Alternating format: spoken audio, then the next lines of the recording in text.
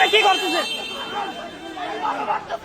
এই প্রশাসন কিছু করতেছে না ভাই, ভাই আমাদেরকে মারতেছে ভাই, ভাই প্রশাসন দেখায় দেখায় দেখতেছে।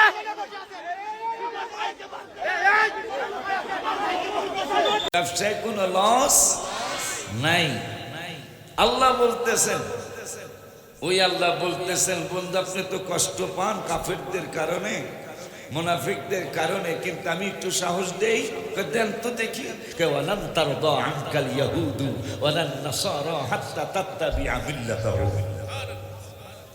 আপনি যত ভালো কিছুই করেন, আপনি তো আমার কথাই বলেন, হ্যাঁ হ্যাঁ আমি তো আপনার ব্যাপারেই বলছি, আমা ইয়ানতিকু আনিল হাওয়া ইন হুয়া ইল্লা ওয়াহয়ুন ইউহা।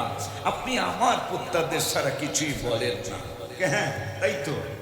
তারপরও তারা, আমি বলে দিচ্ছি, আর একটু শোনান, আর একটু শোনাই। আমি 21 পারা 19 পৃষ্ঠায় আর একটু জানাই না।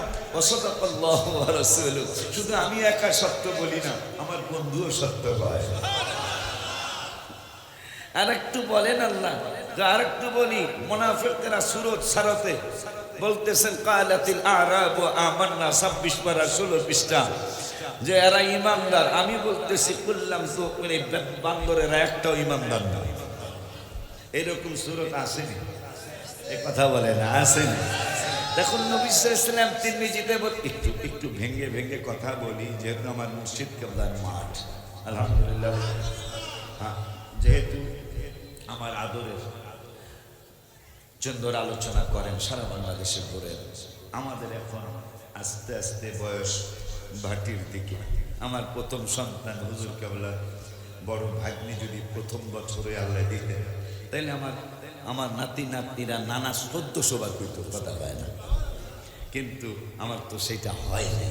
12 বছর পরে আল্লাহ আপনাদের ভাগ্নি দিয়েছেন, এরপরে ভাগ্না দিয়েছেন, এরপরে আরেকটা ভাগ্নি আল্লাহ দিয়েছেন, আলহামদুলিল্লাহ। তা ভাইরা আমার, আল্লাহ রাব্বুল আলামিনের দোস্ত বললেন, আর একটু বলেন। তা বলতেছি কালাতিল আরাবু আমান্না।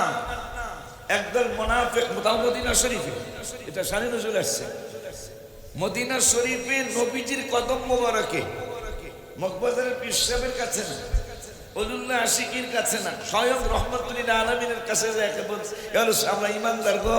আল্লাহ কে নো নো নো নো নো কুল্লাম তুমিনু, আর একটা ইমানদার না, সবগুলা বাটপার। এরকম বাটপার আছে না? আসেনি সুরতে, কিন্তু ভিতরে বাটপারি। আল্লাহ রাব্বুল আলামিন বলতেছেন ইমানদার কেমনে হওয়া যায়। বন্ধু সেটার ব্যাপারেও বলছি। কি কয় ইন্নামাল মুমিনুনা, ইমানদার কারা? নবী কয় কারা ইমানদার? আমানু বিল্লাহি ওয়া রাসূলিহি, যারা আমার উপর ঈমান আনবে, আপনার উপরও ঈমান আনবে। এইটাই শেষ না, কার কি? কয় সুম্মা লাম ইয়ারতাবু, অতঃপর আর আপনাকে সন্দেহ করে না, এরা হলো ঈমানদার।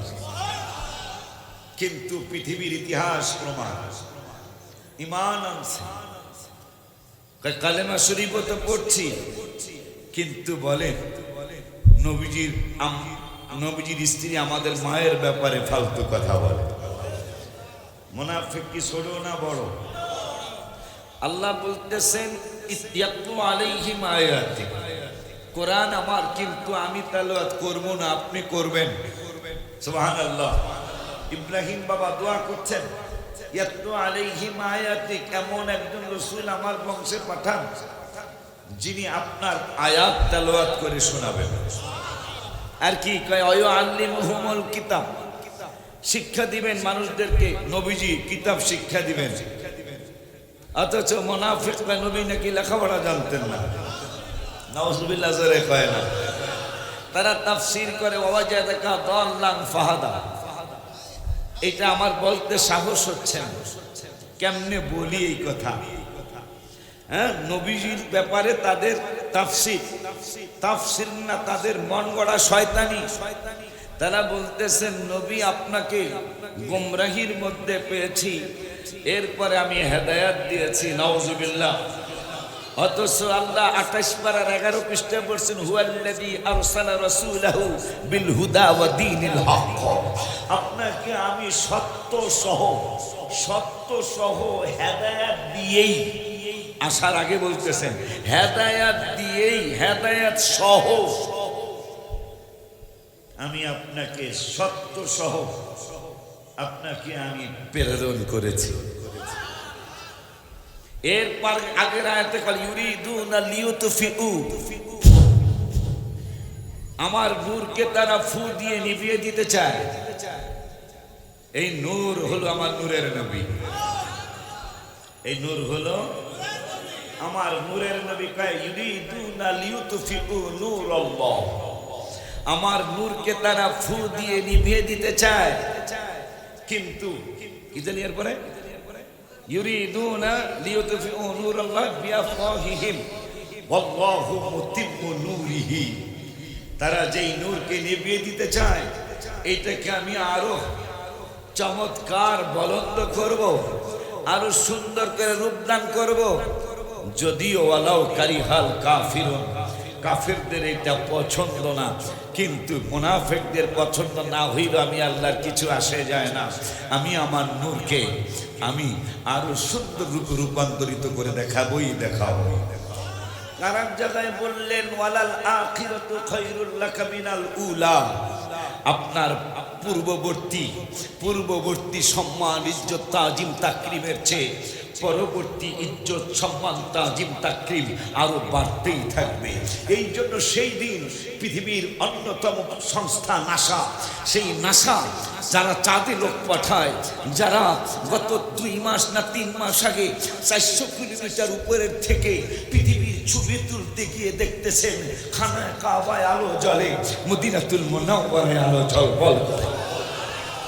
সেই নাসা পৃথিবীর মানুষদেরকে জানিয়ে দিলেন, আমরা বাংলাদেশের মানুষ জানি কি জানি না, আমরা জানি বাংলাদেশের লক্ষ্মীপুর জেলা আছে, ফরিদপুর জেলা আছে, শরীয়তপুর আছে, মানিকগঞ্জ আছে, ভোলা আছে, গোপালগঞ্জ আছে, সিরাজগঞ্জ আছে, হ্যাঁ এইভাবে নাটোর আছে, বগুড়া আছে, রাজশাহী, কত দেশ কত জেলা আছে।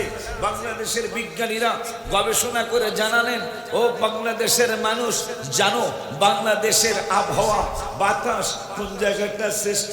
আপনারা কি জানেন? জানেন না? না, বাংলাদেশের সবচেয়ে যেই জেলার বাতাস চমৎকার পৃথিবীর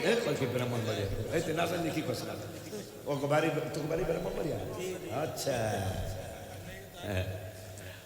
কোন জেলার বাতাস সবচেয়ে মনোরম এবং চমৎকার শরীরের জন্য?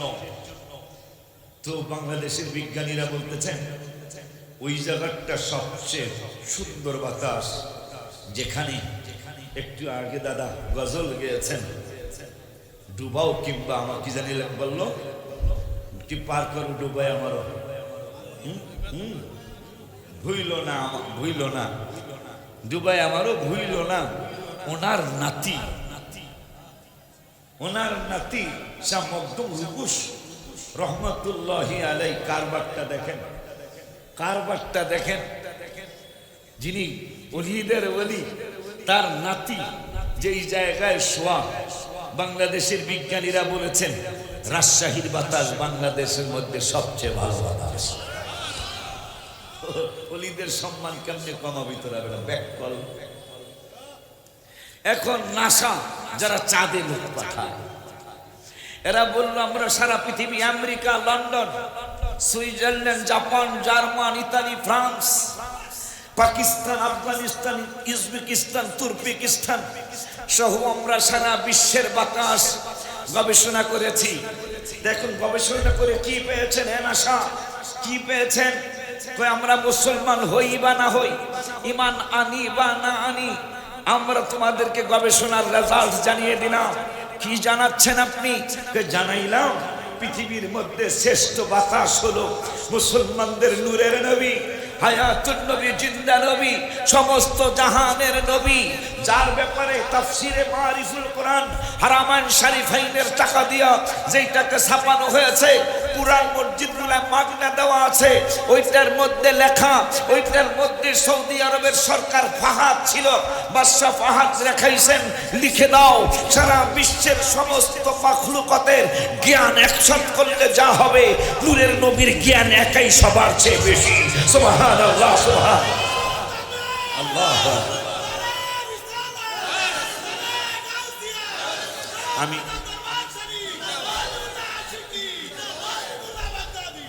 আমি তো একটু সুর দিয়েই কথা বলি, সুর দিয়ে তো সারা জীবন করলামই, দেখলাম তো বেসুরের দেই চলে কি দাদা, কথা কথা। আব্দুল আলিম গান গাইছে, আব্বাস উদ্দিন গান গাইলো কত সুন্দর, নদীর কুনায় কিনার নাই রে, দেখনিয়া এটা শোনে না। আব্দুল আলিম কইল, দুয়ারে আইসাছে পালকি নায়রি কাও তোলো রে তোলো, মুখে আল্লাহ রাসূল সবে, এটারে শোনে না। লেখলেন পরের জায়গা পরের জমি ঘর বানায় আমি, কত সুন্দর সুর, এটা শোনে না। শোনে কোনটা, মেলায় যাই রে, কথা কয় না, নাউজুবিল্লাহ, আসতে কম। এই জন্য আজকে বেসুর এই কথা পেয়ে যায়। আব্বা জানদারে আমার অল্প হচ্ছে দুই চারটা কথা, যেহেতু আমি মুরব্বীর খাতায় আমার নাম চলে গেছে, এই জন্য দুই চারটা মুরব্বী আলার কথা বললাম। আমার ছোট ভাইরে ফ্লোরটা দিয়ে আমি ইনশাল্লাহ চলে যাব। এক গজলে 1 লাখ, বেশি বেশি চাই নাই। কিডনির দাম আছে, এক গজলে আমি বেশি কইছি, বেশি কইছি।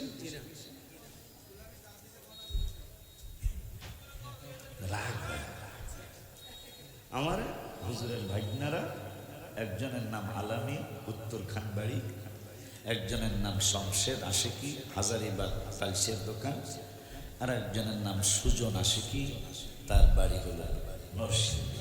মদিনা শরীফ এই রমজানের আগের রমজান, আমার বাপেও ছিল সাথে। আমারে বলতেছেন যদি আমাকে নাম গজলে দেন কি হবে? শমশেদ আশিকি কাকা, 1,000 টাকা, 1,000 টাকায় তোর নাম দিন। মানে ওলি আল্লাহর নামে সবার নাম লেহি না, সহসা বুঝা শুনে ওলি আল্লাহ কই, কথা হয় না। তুই তোর নাম দিব না, 1,000 না তো, এক আঙ্গুলে 1 টাকাও তো হয়, আবার 1 কোটি, কথা হয় না। আমি 1 লাখ আলামিন আশিকি বাজান, যদি আমার নামও দেন আমিও 1 লাখ দেব। তো সুজন আশিকিকে বাজান আমি 7টা জানালার গ্রিল দিব, একটা গ্রিল বানাইতে 7,000 টাকা লাগে, তাহলে 35, তো বেশি কই নেই, 1 গজলে 2,35,000। চিন্তা করলাম তাহার দরকার, দাদা তাহার দরকার, অগর নাম আবার চিন্তায় পড়ে গেছি। ওরা হলো সাধারণ পাগল মানুষ, কে কোন কথা কয়। পরে হঠাৎ করে মনে হয়েছে নবীর শ্রেষ্ঠ সাহাবী হযরত আবু বকর সিদ্দিক, নবীর শ্রেষ্ঠ সাহাবী হযরত আবু বকর সিদ্দিক, ভালোবেসে শুইল পাশে, যায়া দেখো মদিনা মদিনা মদিনা আসে কম। যাজ্ঞা উনি শ্রেষ্ঠ সাহাবী, এরা তো সাহাবী না, উম্মত। পরে আমি দিছি নাম, আমি কি দেখিস বাড়ি যাওয়ার সাথে সাথে টাকা যেন পেয়ে যাই, কারণ মাদ্রাসার 8 তলার কাজ চলতেছে, টাকা লাগবে। ওয়াদা খুব খুশি, হ্যাঁ নাম দিয়া দিব, হ্যাঁ যুক্তি আছে। আপনি তো মসজিদ করছেন, মাদ্রাসা করছেন, আপনি মইরা গেল আপনার স্মরণ থাকবে, কিন্তু আমাকে মইরা যাওয়ার পরে পরশু দিন আমার কথা কেউ মনেও করবো না। তাই গজলের নামটা ঢুকাইলে যে অন্তত এই শমশেদ কে না কথা কয় না। তাই আমি লিখলাম আলামিন শমশেদ সুজন আরো অনেক জনে মসজিদে কোবায় তারাবি পড়লাম, পড়লো বিদায় দিনে। এরপরে কি নবীজির নজরে চোখ দিয়ে পানি ঝরে, নবীজির চোখ দিয়ে পানি ঝরে, গোলাম মোহাম্মদ আছে একজন মদিনা মদিনা ও গো প্রাণের মদিনা মদিনা ও গো প্রাণের মদিনা, দেখলে একবার।